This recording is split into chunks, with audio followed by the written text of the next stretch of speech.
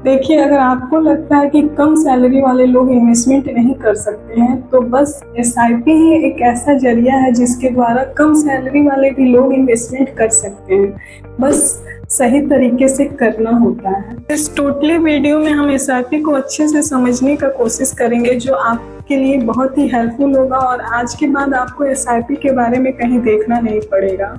तो सबसे पहले हम जान लेते हैं कि एसआईपी होता क्या है। देखिए, एसआईपी यानी सिस्टमैटिक इन्वेस्टमेंट प्लान, जो कि हम एक सिस्टम के साथ छोटा अमाउंट के साथ, आपके पास जितना हो पाए उतना 500, 1000 रुपया जितना भी, उसके साथ हम म्यूचुअल फंड में इन्वेस्ट करते हैं। देखिए, हम एसआईपी में इन्वेस्ट नहीं करते, हम एसआईपी के जरिए म्यूचुअल फंड में इन्वेस्ट करते हैं। बहुत लोग यहीं पे कंफ्यूज रहते हैं कि एसआईपी में इन्वेस्ट करें या फिर म्यूचुअल फंड में। इसलिए एसआईपी के द्वारा हम म्यूचुअल फंड में इन्वेस्ट करते हैं, ना कि हम एसआईपी में इन्वेस्ट करते हैं।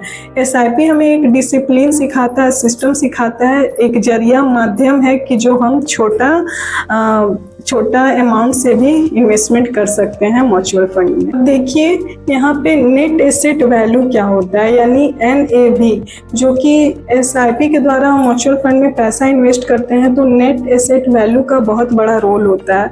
म्यूचुअल फंड में बहुत सारी कंपनियां होती हैं, मतलब समझ लीजिए एक बास्केट है, ठीक। हम उस बास्केट में पैसा इन्वेस्ट कर रहे हैं, तो अलग अलग आपका पैसा एक जगह नहीं रहता, बहुत सारे कंपनियों में इन्वेस्ट होता है। तो नेट एसेट वैल्यू जो होता है, यानी एक आप कभी भी पैसा जब एसआईपी के थ्रू म्यूचुअल फंड में डालेंगे तो आप नेट एसेट वैल्यू जो भी होगा उसके रेट में यूनिट खरीदते हैं। तो सपोज डेट आप 1000 डालते हैं, तो आपको अगर मान लीजिए नेट एसेट वैल्यू का प्राइस होगा उस समय 10 रुपया, यानी आप 100 यूनिट्स खरीद चुके हैं, ठीक।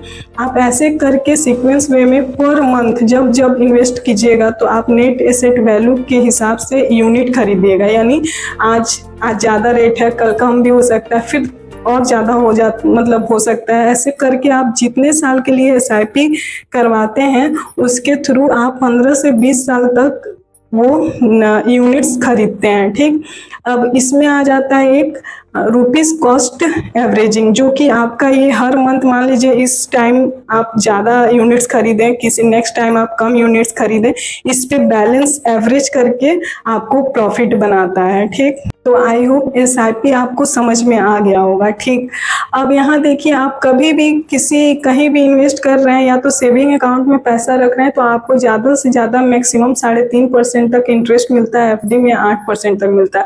लेकिन जब भी आप एसआईपी करवाते हैं तो उसके थ्रू आपको, जब भी लॉन्ग टर्म के लिए इन्वेस्टमेंट करेंगे इसमें, तो आपको 12% तक का इंटरेस्ट रेट मिलता है। लेकिन यहाँ ध्यान देने वाली बात ये होता है कि बहुत लोग जब एसआईपी करवाते हैं, मान लीजिए आज इस महीने से हम 1-1 हज़ार डालना शुरू किए हैं, तो इसी समय से वो बार बार फोन चेक करते रहेंगे कि बढ़ा कि कम हुआ, बढ़ा कम हुआ, 6 महीना मैक्सिमम साल भर में उसको स्टॉप कर देते हैं, जो कि एसआईपी है ही लॉन्ग टर्म में ये एसेट बनाने के लिए। तो फिर वो एसआईपी को तो समझते ही नहीं हैं। तो इसीलिए कभी भी आप एसआईपी करवा रहे हैं तो आप निश्चिंत हो के उसको भूल जाइए, उसको अपना काम करने दीजिए।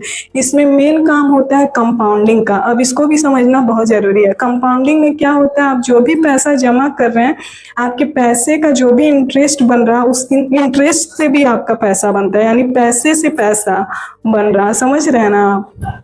तो एसआईपी बहुत ही कमाल का चीज़ है, बस जो समझते नहीं हैं, बस इसीलिए उनसे मिस्टेक हो जाता है, बीच में ही स्टॉप कर देते हैं। तो आई होप आपको समझ में आ गया हो। अगर कोई दिक्कत हो कमेंट में आप पूछ सकते हैं, मैं क्लियर करने का कोशिश करूँगी।